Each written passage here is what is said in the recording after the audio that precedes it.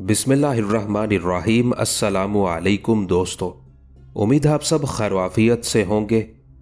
आज से हम एक नई तारीखी सीरीज़ का आगाज़ कर रहे हैं जिसका उन्वान है फरगाना का मुजाहिद, जो ज़हीरुद्दीन बाबर के बारे में है, जिसके मुसन्निफ है खान आसिफ। पेश लफ्ज़। ज़हीरुद्दीन बाबर तारीख का एक रोशन बाब और अज़्म व हिम्मत की चट्टान था जिसने हिंदुस्तान में मुगल सल्तनत की बुनियाद रखी। माजी के औराक पलट कर देखें तो मंगोलों के इस फर्जंदे जलील ने अपने आबाओ अजदाद की तारीख ही बदल डाली। ये सीरीज उज़्बेकिस्तान के शहर फरगाना में पैदा होने वाले इसी अजीमुशान शहनशाह के हालात जिंदगी, जिद्दोजहद और फतुहात के बारे में है। यह वही शहनशाह जी वकार था जिसके बुजुर्गों ने जबरो सितम की लातादाद फसलें बोई, मगर उसने अपने हुस्ने सलूक और आला ज़र्फी से मुतलकुल इनान शहनशाहियत के मानी ही बदल डाले। बाबर वो हुक्मरान था जिसने अपने दुश्मनों से शमशीरो सिना के लहजे में वो गुफ्तगू की जो तारीख़ इंसानी कभी फरामोश नहीं कर पाएगी। वो जिस्मों का ही नहीं दिलों का भी फातेह ठहरा, और क्यों ना होता कि वो सैयद मेहदी रहमतुल्लाह अलैह जैसे मर्दे कलंदर की दुआओं का समर था, जिन्होंने बारगाहे जुल जलाल में वारिस फरगाना की पैदाइश के लिए दिन रात दुआएं की थी, और जिसके सर पर हजरत मूसा आशिका रहमतुल्लाह अलैह जैसे मर्दे रोशन ज़मीर का दस्ते शफकत था। आपकी दुआओं और मोहब्बतों के साए में रहकर उसने अनगिनत फतुहात हासिल की। उसके गिनती के मुगल शाह सवारों ने पानीपत की तारीखी जंग में अजीमुशान फतह हासिल की। उसी मर्दे हक की दुआ से बाबर ने कुफर की सरजमीन पर अल्लाह का घर तामीर करके अहदे वफा निभाया, जो बाबरी मस्जिद के नाम से मशहूर हुई। किस्त नंबर 1। समरकंद के एक सरसब्जो शादाब गोशे में एशिया के अजीम फातेह अमीर तैमूर का शानदार मकबरा तामीर किया गया था। साहिब किरा का मदफन सन्नाई और दिलकशी का बेहतरीन नमूना था, मगर देखने वालों को वहां एक नाकाबिले बयान वीरानी महसूस होती थी। अगरचे अमीर तैमूर के मकबरे में सैकड़ों फानूस रोशन किए जाते थे, लेकिन फिर भी समरकंद के बाशिंदों को एक अजीब सी तारीकी का एहसास होता था। तैमूर का हुक्मरान पोता अबू सईद मिर्जा चाहता था कि मकबूजा इलाकों के तमाम लोग साहिब किरा के मकबरे पर एक अकीदत खास के साथ हाजिर हुआ करें। अबू सईद मिर्जा की उस ख्वाहिश का एक ही मफहूम था कि अमीर तैमूर मरने के बाद भी आम लोगों की नजरों में इस तरह मोहतरम ठहरे जैसे कोई इमाम या कोई वली कामिल। इस सिलसिले में अबू सईद मिर्जा ने हुक्म भी जारी किया था कि समरकंद और गिरदोनवाह के लोग हफ्ते में एक दिन साहिब किरा के मकबरे की जियारत के लिए जमा हुआ करें, मगर मकामी आबादी ने उस हुक्म का कोई खास तासुर कबूल नहीं किया था। बस सरकारी मुलाजमीन ही अपने हुक्मरान की खुशनुदी के लिए झुके हुए सरों के साथ अमीर तैमूर के मकबरे पर हाजिर हो जाया करते थे। जब अबू सईद मिर्जा समरकंद की रियाया को मजबूर ना कर सका तो उसके एक मुसाहिब हुसाम बेग ने नई चाल चलते हुए कहा, रियाया के जिस्म आपके ताबे हैं, मगर दिलो दिमाग पर शेख अहमद गियास की हुक्मरानी है। शेख अहमद गियास के वालिद एक बहुत बड़े जागीरदार थे। अहमद गियास ने अपने सरमायादाराना माहौल के तकाजों से बगावत करते हुए मजहबी तालीम हासिल की और हमेशा के लिए दुनियावी रंगीनियों से मुंह मोड़ लिया। उनके दिन हसूल तालीम में गुजरते और रातें याद इलाही में। फिर जब शेख अहमद गियास के वालिद का इंतकाल हुआ तो एक बहुत बड़ी रकम विरासत के तौर पर उनके हिस्से में आई। अहमद गियास ने हासिल होने वाली दौलत का बड़ा हिस्सा एक मदरसे की तामीर में खर्च कर दिया। उस मदरसे में तमाम तालिब इल्म मुफ्त तालीम हासिल किया करते थे। तालिब इल्मों की अक्सरियत मुफलिसों नादार बच्चों पर मुश्तमिल थी। समरकंद के बाज उमारा के बच्चे भी उस मदरसे में तालीम हासिल करते थे। जब अपने बच्चों की तालीम के सिलसिले में समरकंद के उमारा शेख अहमद गियास को मुआवजा देने की कोशिश करते तो शेख इंतहाई पुरजलाल लहजे में फरमाते, चंद सिक्कों के इवज अपना इल्म फरोख्त नहीं करता, ये मेरा मदरसा है, अशियाए खुर्दनी की कोई दुकान नहीं। शेख अहमद गियास की उस कलंदराना अदा ने उन्हें अवाम के साथ साथ खास के हलकों में भी मुअज़्ज़ज़ और मोहतरम बना दिया था। अबू सईद मिर्जा का मुसाहिब खास हुसाम बेग भी एक बार शेख अहमद गियास की खिदमत में हाजिर हुआ था और उसने किसी मुफलिस और नादार इंसान की तरह शेख के हजूर अपनी दरख्वास्त पेश की थी, हजरत, सारे आलम में आपके रूहानी कमालात का शोर है, फिर यह अब्रे करम मुझ पर क्यों नहीं बरसता।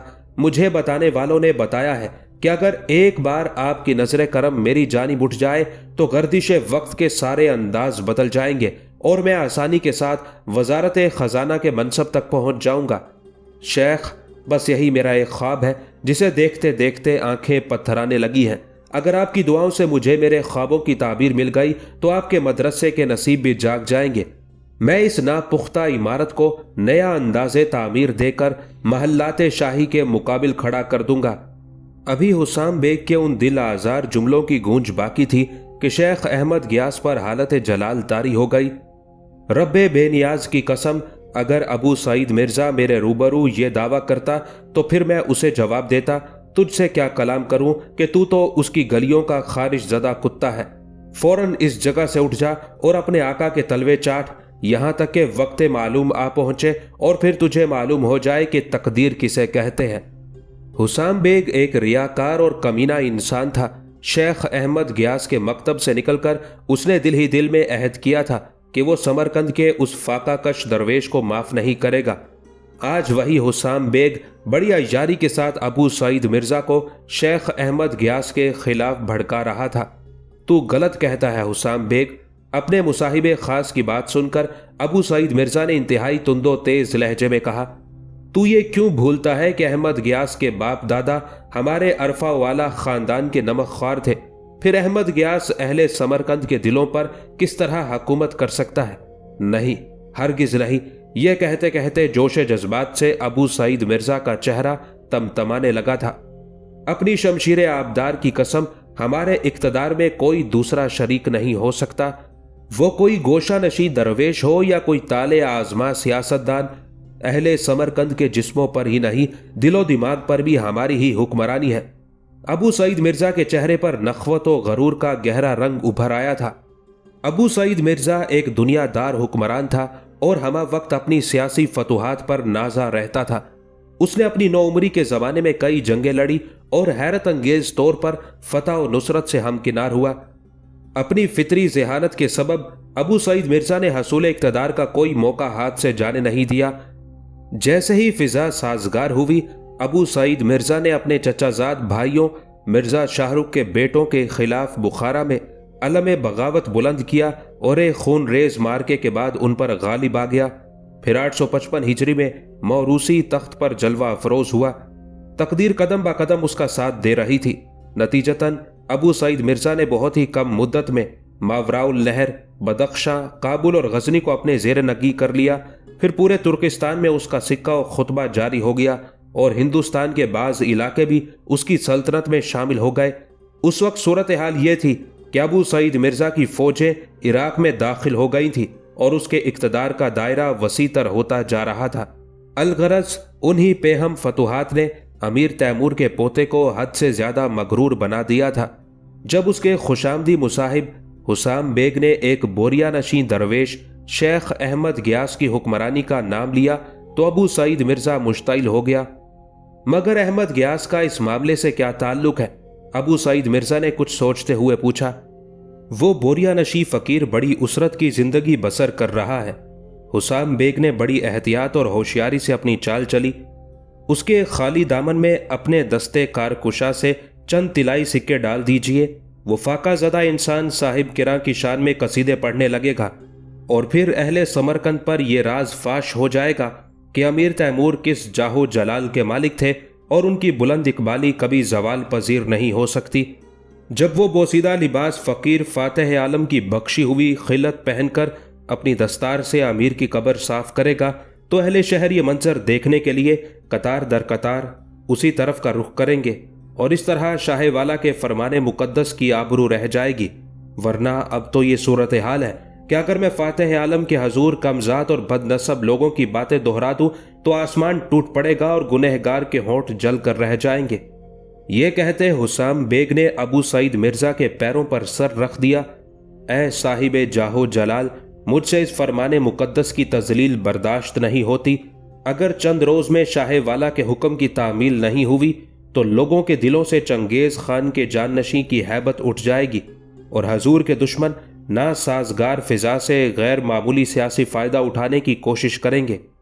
सिपाहियों ने अबू सईद मिर्जा के हुक्म पर शेख अहमद गियास के साथ बड़ा बेरहमाना सलूक किया था। समरकंद के एक आलिम को अबू सईद मिर्जा के सामने पेश करते हुए पूरी ताकत से धक्का दिया गया, यहां तक कि शेख की दस्तार खुलकर फर्श पर गिर गई और अहमद गियास तख्त के पाए से टकरा गए। चोट की शिद्दत से उनका चेहरा लहूलुहान हो गया। फिर वो बड़ी मुश्किल से उठे और अपनी दस्तार को सर पर बांध लिया। देखने वाले गवाह हैं कि मैं खुद चलकर एक हुक्मरान के दरबार तक नहीं आया हूं। पेशानी और रुखसारों से बहने वाला खून शेख की दाढ़ी को भिगोता हुआ सीने पर जमता जा रहा था, मगर अहमद गियास के लहजे की तमानियत और ठहराव से जाहिर हो रहा था कि वो संगीन हादसे को कोई अहमियत नहीं दे रहे हैं। तन्हा और नहीफो नजार जिस्म तेरे ताकतवर शाहसवारों का मुकाबला नहीं कर सकता था, इसलिए मजबूर कर दिया गया। फिर भी ए अबू सईद मिर्जा, पूरे होशो हवास के साथ सुन ले कि मेरा कमजोर जिस्म जरूर तेरे दरबार में मौजूद है, मगर मेरी रूह और मेरे दिलो दिमाग यहां हाजिर नहीं है और वो हाजिर हो भी नहीं सकते। बेशक तूने मेरे गोश्त और हड्डियों को अपने हुक्म की जंजीर पहना दी, मगर मेरा जहन और मेरा कल्ब अभी तक आजाद है। वो तेरी गुलामी से इनकार करते हैं। हम चाहते हैं कि तू साहिब किरां के मजार का खिदमतगार बन जा और सुबह शाम अपनी दस्तार से अमीर आली मकाम की कब्र पर जारोब कशी कर। हमारी दिली ख्वाहिश है कि तू शबो रोज अमीर तैमूर की शान में कसीदा ख्वानी करे, ताकि अहले समरकंद को फातेह एशिया की अजमतों का इदराक हो सके। हम ये मंजर भी अपनी आंखों से देखना चाहते हैं कि तुर्किस्तान और दीगर ममालिक के लोग साहिब किरां के मजार पर इस तरह कतार दर कतार आए जैसे वो इमाम बुखारी रहमतुल्लाह अलैह की कब्र पर हाजिर होते हैं, और फिर देखने वाले बेसाख्ता पुकार उठे कि दुनिया में साहिब किरां से बड़ा कोई फातेह नहीं। अबू सईद मिर्जा के जहन में पैदा होने वाला शैतानी वसवसा उसकी जबान तक आ गया था। अबू सईद मिर्जा का ख्याल फासिद सुनकर शेख अहमद गियास लरज उठे।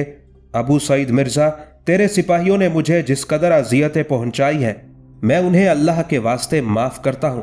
दौलत तो इक्तदार की कसरत ने तुझे जहनी खलल में मुब्तला कर दिया है। अल्लाह की बख्शी हुई बेशुमार नेमतों का शुक्र अदा कर और अपने दिलो दिमाग को इस शैतानी हरबे से महफूज रख। मुझे वापस जाने दे कि इल्म के तलबगार मदरसे में खाली बैठे होंगे।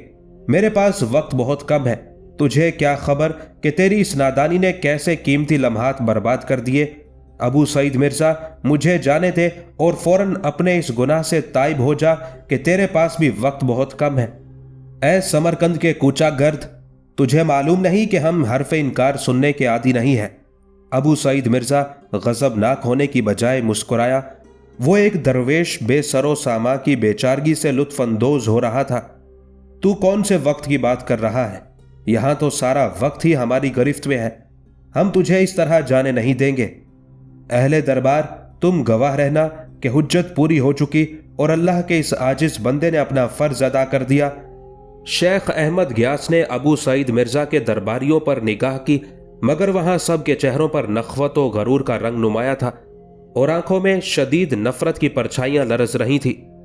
पूरे दरबार में बस एक मौलाना काजी थे जो बहुत ज्यादा परेशान नजर आ रहे थे। मौलाना काजी समरकंद के एक आलिम व फाजिल इंसान थे। दुनियावी आलूम में महारत रखने के साथ साथ सियासत के फन से भी बाखूबी वाकिफ थे। अगरचे दरवेशी उनका मिजाज नहीं था, फिर भी वो साहिब किरदार शख्स थे। उन्हें अंदाजा था कि शेख अहमद गियास जवां साल होने के बावजूद किस पाए के बुजुर्ग हैं, लेकिन वो एक मर्द दरवेश को अबू सईद मिर्जा के पंजाए जुल्म से निजात दिलाने की ताकत नहीं रखते थे। यही वो एहसास मजबूरी था जिसके बाइस मौलाना काजी शदीद अजियत में मुब्तला थे और बार बार पथराई हुई आंखों से शेख अहमद गियास की तरफ देख रहे थे। यह मुमकिन नहीं अबू सईद मिर्जा। शेख अहमद गियास की नजरें दरबार के मुख्तलिफ गोशों से गुजरती हुई मुगल हुक्मरान के चेहरे पर मरकूज हो गई। हजरत इमाम बुखारी रहमतुल्लाह अलैह दिलों के फातेह हैं। उनकी सल्तनत को कभी जवाल नहीं होगा। तेरे दादा ने अपने अहदे इक्तदार में सिर्फ जबरो सितम की फसल बोई, अब तू चाहता है कि उसकी कब्र पर अनवारे बारी का नजूल हो। माजल्ला, अगर तेरे दादा की कब्र शक हो जाए तो तू अपनी आंखों से देख लेगा कि वो किस अजियत व कर्ब में मुब्तला है और उस पर कैसा दर्दनाक अजाब नाजिल हो रहा है। शेख अहमद गियास की गर्मी गुफ्तार से अबू सईद मिर्जा का पैराहने इक्तदार जल उठा था। अहले दरबार ने आज से पहले किसी इंसानी लहजे की ऐसी सरकशी नहीं देखी थी, इसलिए वो सब के सब फरते जज्बात से पत्थरा कर रह गए थे। फिर शेख पर तशद्दुद का सिलसिला शुरू हो गया। अहमद गियास पर दिन में कई बार ताजियाने बरसाए जाते, कई बार उनका लिबास खून से सुर्ख हो जाता और वो कई बार बेहोश हो जाते। जब भी होश आता तो उनसे एक ही मुतालबा किया जाता, साहिब किरा के मज़ार की मुजाविरी कबूल कर ले, वरना तेरे और मौत के दरमियान बहुत कम फासला रह गया है। शेख अहमद गियास जाबिर वक्त के मुतालबे का एक ही जवाब देते, मैं अपनी मौत से राजी हो चुका हूं, बस मुझे उसी का इंतजार है। अहमद गियास ने 30 साल की उम्र में सफ़िया खातून नाम की एक इंतहाई दियानतदार लड़की से शादी की थी। सफ़िया एक गरीब घराने से ताल्लुक़ रखती थी। सफ़िया के माँ बाप अचानक ताउन की खौफनाक वबा में मुब्तला होकर लुक़मा अजल बन चुके थे।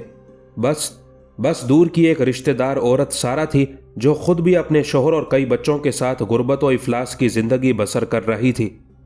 सफ़िया ने 2 साल तक रफ़ाकत का हक इस तरह अदा किया कि अहमद गियास अपनी शरीके हयात से राजी थे। फिर ये वफा शियार और इताअत गुजार बीवी अपनी खूबसूरत तरीन निशानी छोड़कर दुनिया से रुखसत हो गई। अहमद गियास ने अपने नौ मौलूद बच्चे का नाम जमालुद्दीन अहमद रखा, जिसे वो मोहब्बत में अहमद जमाल कहकर पुकारा करते थे। ये बच्चा अपने रंग और नक्शो निगार के एतबार से इस कदर दिलकश था कि देखने वाले देखते ही रह जाते थे। अहमद जमाल के चेहरे से शुआएं सी फूटती थी, चांद की ठंडी रोशनी की सी शुआएं, जिन्हें देखकर नजरों को सुकून और दिलो जान को करार हासिल होता है। अहमद गियास जब भी अहमद जमाल की तरफ देखते तो बड़े पुरसोज लहजे में ये दुआ करते, खल्ला के आलम तुझे हर बुरी नज़र से महफूज रखे। बगैर माँ के बच्चे की परवरिश करना एक बड़ा आजमाइशी मरहला था। अहमद गियास ने सफ़िया की रिश्तेदार औरत सारा को इस बात पर आमादा कर लिया कि वो अहमद को दूध पिलाने के साथ साथ बच्चे की निगहदाश्त भी करे। उस सिलसिले में अहमद गियास हर माह सारा को बहुत ज़्यादा माकूल मुआवजा दिया करते थे। उनके पेश नज़र ये बात भी थी कि इस बहाने सारा के बच्चों की भी माली इमदाद हो जाएगी। अगरचे खुद उनके ख़ानदान में भी कई औरतों ने रस्म दुनिया निभाने के लिए अहमद जमाल की परवरिश की जिम्मेदारी अपने सर लेना चाही थी, लेकिन अहमद गियास एक गैरतमंद इंसान थे। उन्होंने किसी तामुल के बगैर एहसान जिताने वाली उन औरतों की मसनूई हमदर्दी की उस पेशकश को मुस्तरद कर दिया था। इसके अलावा सारा के इंतखाब की वजह भी थी कि वो एक परहेजगार खातून थी। इसलिए अहमद गियास चाहते थे कि उनके बच्चे के जिस्म को परवान चढ़ाने वाला दूध किसी साहिब किरदार औरत का दूध हो। नतीजतन सारा बड़े खलूस और दयानतदारी के साथ अहमद जमाल की देखभाल कर रही थी। अक्सर ऐसा होता कि वो अहमद जमाल की खातिर अपने बच्चों को भी नज़रअंदाज कर देती। शेख अहमद गियास जब ये मंजर देखते तो शिद्दत जज्बात से उनकी आंखों के गोशे भीग जाते और वो सारा के हक में दुआए खैर करने लगते। जब अहमद जमाल 1.5 साल का हुआ तो शेख अहमद गियास ने किसी कदर सुकून का सांस लिया। बाप को देखकर बच्चे का हुमकना, बेइख्तियार मुस्कुराना और गूं गां की आवाज़ों में बातें करना बड़े जांफिजा मनाजिर थे। ऐसे मौके पर उन्हें सफ़िया बहुत याद आती और कुछ देर के लिए शेख अहमद गियास का रोशन चेहरा बुझ कर रह जाता। फिर वो ये कहकर अपने दिल को मुतमईन कर लेते, दुनिया में जो कुछ है वो अल्लाह की तरफ लौट जाने वाला है। फिर वक्त ने अजीब करवट ली। अहमद गियास पसे दीवारे जिंदान जा पहुंचे। शेख को यकीन हो चला था कि अबू सईद मिर्जा उनकी जुर्रत गुफ्तार को कभी माफ नहीं करेगा, मगर उन्होंने एक लम्हे के लिए भी ये नहीं सोचा था कि मुगल हुक्मरान दरिंदगी के आइन को अपने रोज़ो शब का मामूल बना लेगा। हुसाम बेग अहमद गियास के शीर ख्वार बच्चे को गोद में लिए खड़ा था और अहमद जमाल बाप को देखकर बार बार हुमक रहा था। शेख ने बेकरार होकर अपने दोनों हाथ फैला दिए, मगर दूसरे ही लम्हे उनके चेहरे पर अजियत और कर्ब का धुआं फैल गया। बाप और बेटे के दरमियान आहनी सलाखें हाइल थी।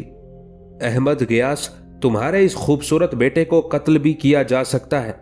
हुसाम बेग बड़े सफ़ाकाना अंदाज में मुस्कुराया। शेख ने उन सिपाहियों की तरफ देखा जो अपनी शमशीरें बेनियाम किए हुसाम बेग के अकब में खड़े थे। बस लम्हों की बात थी, अहमद गियास ने अपने पिघलते हुए आसाब पर काबू पा लिया। अब वो फिर एक आहनी चट्टान नजर आ रहे थे। मेरी तरह मेरा बेटा भी अल्लाह की अमानत है और अल्लाह इस पर कादिर है कि जिस तरह चाहे अपनी अमानत वापस ले ले। शेख की इस्तेकामत देखकर हुसाम बेग का मकरूह चेहरा जर्द पड़ गया। और यह भी मुमकिन है कि इसे यतीम बनाकर भिखारियों की सफ में खड़ा कर दिया जाए। अबू सईद मिर्जा के बेजमीर मुसाहिब ने नए जाविये से एक बाप की रूह पर निश्तर जनी की। अगर अहमद जमाल भी यतीम हो गया तो जमीन पर क्या कयामत टूट पड़ेगी। शेख के लहजे में बड़ा ठहराव था। बेशुमार बच्चे अपने सीनों पर दागे यतीमी सजाए कूचा दर कूचा फिरते रहते हैं। अल्लाह बेनियाज है, जिसे जैसा चाहे लिबास पहना दे। बहुत खुदगरज और बेरहम बाप है। हुसाम बेग ने आखिरी नफ्सियाती जरब लगाने की कोशिश की। शेख ने उसके तंज का कोई जवाब नहीं दिया।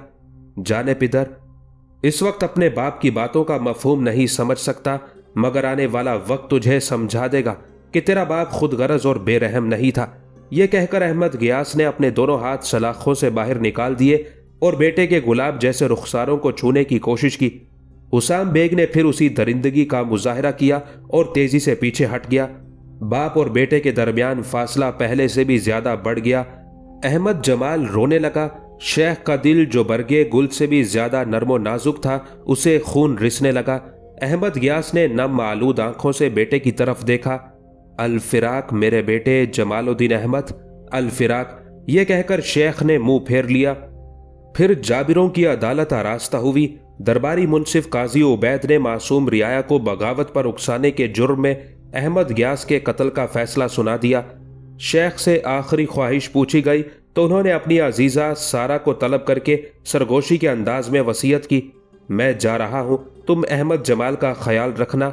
उसके बाद एक संदूकची की निशानदही करते हुए कहा, इसमें इतनी रकम मौजूद है कि अगर एहतियात से खर्च करोगी तो परेशानी के कई साल गुजर जाएंगे। उसके बाद अल्लाह वारिस है, वो तुम्हें इस दुनिया में बेयारो मददगार नहीं छोड़ेगा। फिर अहमद गियास कत्ल कर दिए गए। जब शेख का खून आलूद जिस्म साकित हो गया तो अबू सईद मिर्जा ने बड़ी रऊनत से कहा, हमने आखिरी जबान भी काट दी, अब कोई नहीं बोलेगा। समरकंद की फिजा पर नाकाबिले बयान सन्नाटा तारी था। मकानों के दरवाजे बंद थे और मकीन खौफो दहशत से लरज रहे थे। शहराएं सुनसान पड़ी थी और गलियां वीरान हो गई थी। अबू सईद मिर्जा के हुक्म पर अहमद गियास की लाश को कूचा दर कूचा फिराया जा रहा था और शाही नकीब चीख चीख कर कह रहे थे, यह उस शख्स का अंजाम है जो साहिब किरा अमीर तैमूर के जाहो जलाल का मुनकिर था। अबू सईद मिर्जा ने शेख अहमद गियास के कत्ल के साथ ये हुक्म भी नाफिज कर दिया था कि उनका मदरसा मिस्मार कर दिया जाए। जबरो सितम का अजीब मुजाहिरा था। एक तरफ शेख के खून आलूद जिस्म को समरकंद के गली कूचों में फिराया जा रहा था और दूसरी तरफ अबू सईद मिर्जा के कारिंदे उस दरसगाह की बुनियादें खोद रहे थे जहां तामीरी इल्म की फसल बोई जाती थी और जिस जमीन से मर्दाने बाखबर पैदा हुआ करते थे। फिर जब शेख का जस्दे खाकी मदरसे के खंडर में रखा गया और शाही नकीबों की तरफ से ऐलान किया गया कि आओ और उस शख्स का चेहरा देख लो जो साहिब किरा के अजमत और जबरूत का इनकार करता था, तो कोई एक शख्स भी अहमद गियास के जनाजे के करीब न आया। बस वही एक शिकस्ता दिल औरत शेख के कदमों से लिपट कर रोने लगी। सारा की शदीद ख्वाहिश थी कि अहमद जमाल आखिरी बार अपने मरहूम बाप का चेहरा देख ले, मगर फिर यह सोचकर वो अहमद जमाल को घर छोड़ आई कि कहीं बच्चे के मासूम जहन पर उस लर्जा खेज मंजर का कोई खौफनाक असर मुरतब ना हो। फिर जब शाही जासूसों ने अबू सईद मिर्जा को यह इत्तला दी कि एक मुलाजमा के सिवा अहमद गियास की लाश पर मातम करने वाला कोई नहीं और शहर का हर फर्द शाह वाला के कहर से पनाह मांग रहा है, तो चंद लम्हों के लिए उसके होठों पर बड़ी सफाक मुस्कुराहट उभर आई। फिर वो किसी दरिंदे की तरह गुर्राया, हराम मौत किसको नसीब हुई। अहमद गियास को सरकारी जासूस लरजते हुए जिस्मों के साथ सजदे में चले गए।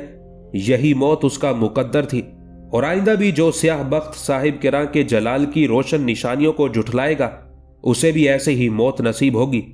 बेशक अबू सईद मिर्जा की दरिंदगी कुछ और नुमाया हो गई थी। तुम हुकूमत की तरफ से गस्साल, गोरकन और नमाज जनाजा पढ़ाने वाले इमाम का बंदोबस्त करो। अहमद गियास तो दुनिया का सबसे ज्यादा लावारिस इंसान साबित हुआ। शाही खजाने से कफन लो और उसे तारीख गढ़े में उतार दो। हम चाहते तो यही थे कि साहिब किरा की शान में गुस्ताखी करने वाले को कब्र की जगह भी नसीब ना हो, मगर आखिर हमारा अंदाजे करम भी तो कोई चीज है और ये हमारा करम ही है कि हम अहमद गियास जैसे मातूबो मकहूर को कफन के साथ 2 गज जमीन भी दे रहे हैं। शेख अहमद गियास की खूरंग मैयत को उठाकर उस कब्रिस्तान में ले जाया गया जहां समरकंद के गरीब लोग दफन हुआ करते थे। हुसाम बेग तदफीन की निगरानी कर रहा था। अचानक जासूस सिपाहियों ने हुसाम बेग को खबर दी, कि एक इंसानी हजूम कब्रिस्तान की तरफ आ रहा है। हुसाम बेग ने घबरा कर देखा, आने वाले तमाम लोग एक ही जैसे लिबास जेब तन किए हुए थे, सफेद व बेदाग और बेशिकन लिबास। सबके सरों पर एक ही जैसे सफेद अमामे थे, दराज कामत, कुशादा आंखों, बुलंद पेशानियों और रोशन चेहरों वाले लोग। हुसाम बेग ने सिपाहियों को हुक्म दिया कि वो उन नाफरमानों को कब्रिस्तान की तरफ आने से रोक दे, मगर जब सिपाही अपनी बेनियाम शमशीरें लेकर इंसानी हजूम की तरफ बढ़े तो उन्हें महसूस हुआ कि वो पत्थर के हो गए हैं। फिर कुछ देर बाद खौफ और दहशत के जेर असर तमाम सिपाही भाग खड़े हुए। हुसाम बेग ने उन्हें फातह आलम के कहर से डराया तो एक शख्स आगे बढ़ा और इंतहाई बावकार लहजे में कहने लगा, अगर तुम्हारे फातह आलम में इतनी जुर्रत है तो उसे कहो कि वो अपने महल से बाहर आकर देखे अहले ईमान किस तरह मरते हैं और उनकी मैयत किस तरह उठाई जाती है। हुसाम बेग इस तरह कसरे शाही पहुंचा जैसे उस पर नज़ा किसी कैफियत तारी हो। फिर जब उसने लरजती आवाज में ये वाकया अबू सईद मिर्जा के गोश गुजार किया तो मुगल हुक्मरान पागलों की तरह चीखने लगा, ना काबिले यकीन, ये कैसे मुमकिन है। फिर कुछ देर बाद अबू सईद मिर्जा ने अपने सिपे सालार मेहरान समरकंदी को हुक्म देते हुए कहा, मेहरान, अगर वो चंद शोरीदा सर नाफरमानी से बाज ना आए तो उन्हें बेदरेक कत्ल कर दे। अहमद गियास को लावारिसों की तरह ही दफन होना पड़ेगा। मेहरान समरकंदी फौज का एक दस्ता लेकर किले के दरवाजे से बाहर निकला, मगर जैसे ही इंसानी हजूम पर उसकी नजर गई उसे सख्ता सा हो गया। हर तरफ सर ही सर थे और सफेद दस्तारें ही दस्तारें थी। बेशुमार रोशन चेहरे देखकर उसकी रूह कांप उठी। फिर वो तेजी से पलटा और अपनी तलवार खोलकर अबू सईद मिर्जा के कदमों में रखते हुए बोला, शाहे वाला, ये समरकंद के बागी नहीं, किसी और ही दुनिया की मखलूक है। आपका ये नमकख्वार इन लोगों पर खंजर आजमाई की ताकत नहीं रखता। अबू सईद मिर्जा मेहरान समरकंदी का एतराफ़ नाकामी सुनकर पागल हो गया और उसने सूरत हाल का जायजा लिए बगैर अपने सिपे सालार के कत्ल का हुक्म जारी कर दिया। फिर मुगल हुक्मरान ने नायब सिपे सालार ज़ीशान मिर्जा को हुक्म दिया कि वो बागियों के उस हजूम को तहे तैक कर डाले, मगर कुछ देर बाद ज़ीशान मिर्जा भी खौफ व दहशत से लरजता हुआ वापिस आ गया और अबू सईद मिर्जा के कदमों पर सर रखकर गिरिया उजारी करने लगा। फातह आलम वो सरकशो बागियों का गिरोह नहीं बल्कि समरकंद की जमीन पर इंसानों की शक्ल में कोई और ही मखलूक उतर आई है। जिन लोगों ने शेख का जनाजा उठाया था वो रिजालुल गैब थे। रिजालुल गैब अल्लाह की वो मखलूक है जो इंसानी आंख से पोशीदा रहती है। अल्लाह जमीन पर अपने अहकाम नाफिज करने के लिए इन्हीं दो मखलूकात से काम लेता है, एक फरिश्ते और दूसरे रिजालुल गैब। ये रिजालुल गैब ही हैं जो इंसानों को शदीद तरीन हादसात से बचाते हैं और जब किसी शख्स का वक्त पूरा हो जाता है तो उसे मौत के तारीख गार में धकेल देते हैं।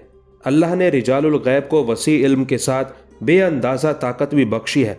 बहुत से उलमा हज़रत खिज़र अलैहिस्सलाम को भी रिजालुल गैब में शुमार करते हैं, जिनका जिक्र कुरान मजीद में कई मकामात पर आया है। अगर अल्लाह की मर्जी हो तो रिजालुल गैब इंसानी आंख पर भी जाहिर हो जाते हैं।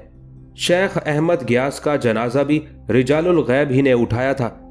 वो अजीब रोशनी और खुशबू भी रिजालुल गैब के मुतबर्रिक वजूद का नतीजा थी, जिसे समरकंद के एक एक बाशिंदे ने खुली आंखों से देखा और महसूस किया।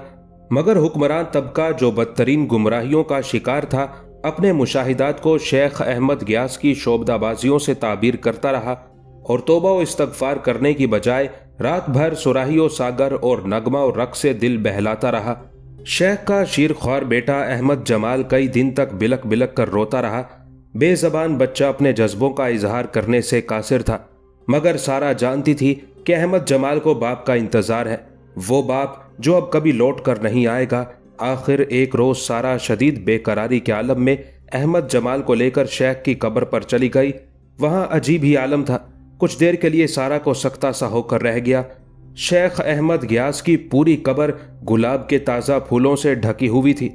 जालिमों की उस बस्ती में शेख की कब्र पर किसने फूल चढ़ाए हैं? सारा पत्थर के मुजस्मे की मानित साकित खड़ी सोचती रही। फिर उसकी समझ में कुछ नहीं आया तो वो कब्र से लिपट कर रोने लगी। अहमद जमाल की आवाज़ सुनकर सारा बेचैन हो गई और उसने बच्चे को गोद में उठा लिया। बेटे, तेरा बाप इस मिट्टी के नीचे सो रहा है। सारा दीवानावार अहमद जमाल के रुखसारों को चूम रही थी, जो गैरों के बच्चों की तकलीफ देखकर बेकरार हो जाता था। अब वो अपने बेटे की चीखें सुनकर भी नहीं आएगा। वो चला गया। हमेशा के लिए चला गया। वो इस बस्ती में सबसे ज्यादा सच्चा, हमदर्द और शरीफुन नफ्स इंसान था, फिर भी सितमगरों ने उसे कत्ल कर दिया। यहां सब के सब आंख वाले हैं, मगर किसी ने उस जुल्म को नहीं देखा। जब्त की हदें टूट गई और शिद्दत गम से बेकरार होकर सारा चीख उठी। इंसान देखे ना देखे, लेकिन अल्लाह तो देख रहा है। यकायक सारा के अकब से एक मर्दाना आवाज उभरी। सारा घबरा कर पीछे की तरफ पलटी। उसके सामने सफेद अमामे और पैराहन में मलबूस एक बुजुर्ग खड़े थे। उन बुजुर्ग का ताल्लुक भी रिजालुल गैब की जमात से था और उन्हीं बुजुर्ग ने शेख गियास की नमाज जनाजा पढ़ाई थी। तुमने यहां जो कुछ अपनी आंखों से देखा है उसका जिक्र किसी से ना करना। बुजुर्ग सारा से मुखातिब हुए। आइंदा इस बच्चे को लेकर कब्रिस्तान ना आना और इसे उस वक्त तक शेख अहमद गियास के मुतालिक कुछ ना बताना जब तक कि ये होश की मंजिल को ना पहुंच जाए। सारा इंतहाई अदब व एहतराम के साथ नजरें झुकाए खड़ी रही। फिर बुजुर्ग ने अहमद जमाल को अपनी आगोश में ले लिया और कुछ देर तक प्यार करते रहे। एक यतीम और शीरख्वार बच्चा अपने बाप को याद करके रोता रहा और अबू सईद मिर्जा अपने बेटों की शादियों के जश्न मनाता रहा। कैफो निशात की उन तकरीबात को रंगीन तर बनाने के लिए ममलुकत के गोशे गोशे से हसीनो जमील रकासाएं तलब की गई थी। अबू सईद मिर्जा कसीरुल अयाल था और उसे कुदरत ने 11 खूबसूरत बेटे अता किए थे। सबसे बड़ा बेटा सुल्तान अहमद मिर्जा समरकंद का हाकिम था। चौथा बेटा उमर शेख मिर्जा था जिसे फरगाना और अंदीजान की हुकूमत दी गई थी।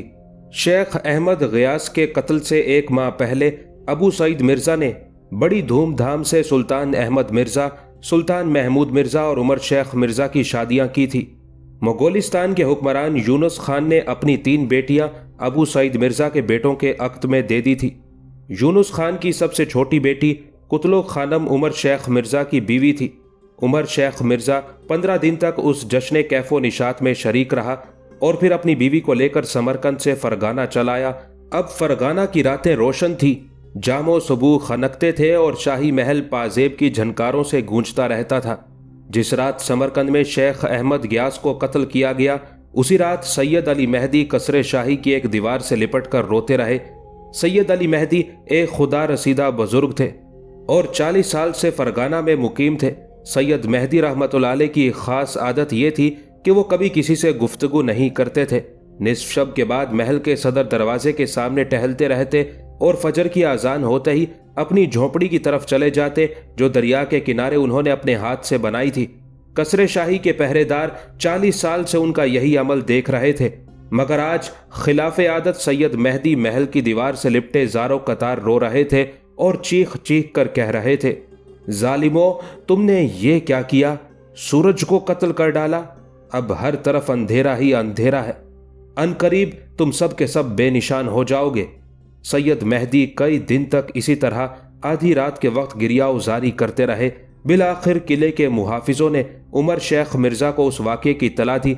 दूसरे रोज निस्फ शब के करीब फरगाना के हाकिम, उसकी बीवी कुतलो खानम और मुदारुल महाम बाबाए काबुली ने सैयद मेहदी की चीखें सुनी। सैयद के शोरे फुगा से उमर शेख मिर्जा और कुतलो खानम पर लर्जा सा तारी हो गया था, मगर बाबाए काबुली ने सैयद मेहदी के उस अमल को एक दीवाने का हजियान कहकर नजरअंदाज कर दिया। फिर जब सैयद का ये पुरअसरार अमल मुसलसल जारी रहा तो उमर शेख मिर्जा ने उनकी झोंपड़ी में हाजिर होकर उस गिरियाउजारी का सबब पूछा, मगर सैयद मेहदी ने मुगल शहजादे की किसी बात का जवाब नहीं दिया। उसके बाद सैयद मेहदी 40 दिन तक कसरे शाही की दीवार से लिपट कर रोते रहे, फिर अचानक गायब हो गए। सैयद की गिरियाउजारी खत्म हुई तो उमर शेख मिर्जा ने चैन का सांस लिया। अबू सईद मिर्जा कुछ दिन पहले एक शोरिश को कुचलने के लिए इराक पहुंचा था। यहाँ अर्दबिल के नवाही इलाके में हसन तुर्कमान से उसका आमना सामना हुआ। फिर एक खूनरेज जंग के बाद वो मरहला आ गया कि अबू सईद मिर्जा ने जान बचाने के लिए फरार की जिल्लत भी गवारा करनी चाहिए, मगर फरिश्ते अजल ने उसकी तमाम राहें मसदूद कर दी थी। आखिर अबू सईद मिर्जा भागते हुए कत्ल कर दिया गया। मुगलों की फौज में ऐसी अबतरी फैली कि अबू सईद मिर्जा का जिस्म अपने ही घोड़ों की सुमों से पामाल होता रहा। जब ये तूफान रुका तो अबू सईद मिर्जा की लाश उठाई गई।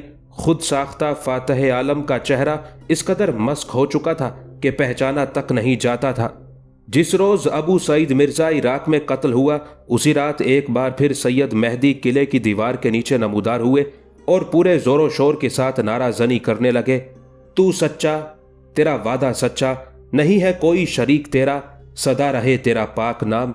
सैयद मेहदी की उस नाराजनी के 4-5 दिन बाद एक बर्क रफ्तार कासिद ने फरगाना पहुंचकर अबू सईद मिर्जा के कत्ल की खबर दी तो उमर शेख मिर्जा अपने होशो हवास खो बैठा और आन की आन में पूरे शहर ने मातमी लिबास पहन लिया। उस अलमनाक हादसे के बाद उमर शेख मिर्जा सैयद मेहदी की गिरियाउजारी का मफहूम समझ गया था। फिर जब उस जांगुदाज वाक़े की शिद्दत कुछ कम हुई तो फरगाना का हाकिम अपने उमारा के साथ सैयद मेहदी के पास पहुंचा। सैयद उस वक्त एक फलदार दरख्त को पानी दे रहे थे। उन्होंने उमर शेख मिर्जा और उमराए फरगाना की आमद को कोई अहमियत नहीं दी और उसी तरह पीठ फेरे हुए अपने काम में मशगूल रहे। सारा शहर फातह आलम की मौत पर मुझसे ताज़ियत कर रहा है और आप इस तरह दरख्तों को पानी दे रहे हैं जैसे फरगाना के दरो दीवार पर खुशियों की बारिश हो रही है। उमर शेख मिर्जा आहिस्ता आहिस्ता चलता हुआ सैयद के करीब पहुंचा और किसी कदर तल्ख लहजे में बोला, ये मेरे अहले खाना है और सुबह से प्यासे हैं। सैयद मेहदी ने उसी तरह मुंह फेरे हुए जवाब दिया, फरगाना के हुक्मरान को मालूम होना चाहिए कि इन्हें रिज्क फराहम करना मेरा फर्ज है और अपने हुक्मरान की मौत पर ताज़ियत पेश करना आपके फराइज में शामिल नहीं। उमर शेख मिर्जा की आवाज बदस्तूर बुलंद थी। सैयद मेहदी ने पानी का बर्तन जमीन पर रख दिया और तेजी से उमर शेख मिर्जा की तरफ पलटे। तू मुझे मेरे फराइज समझाने आया है?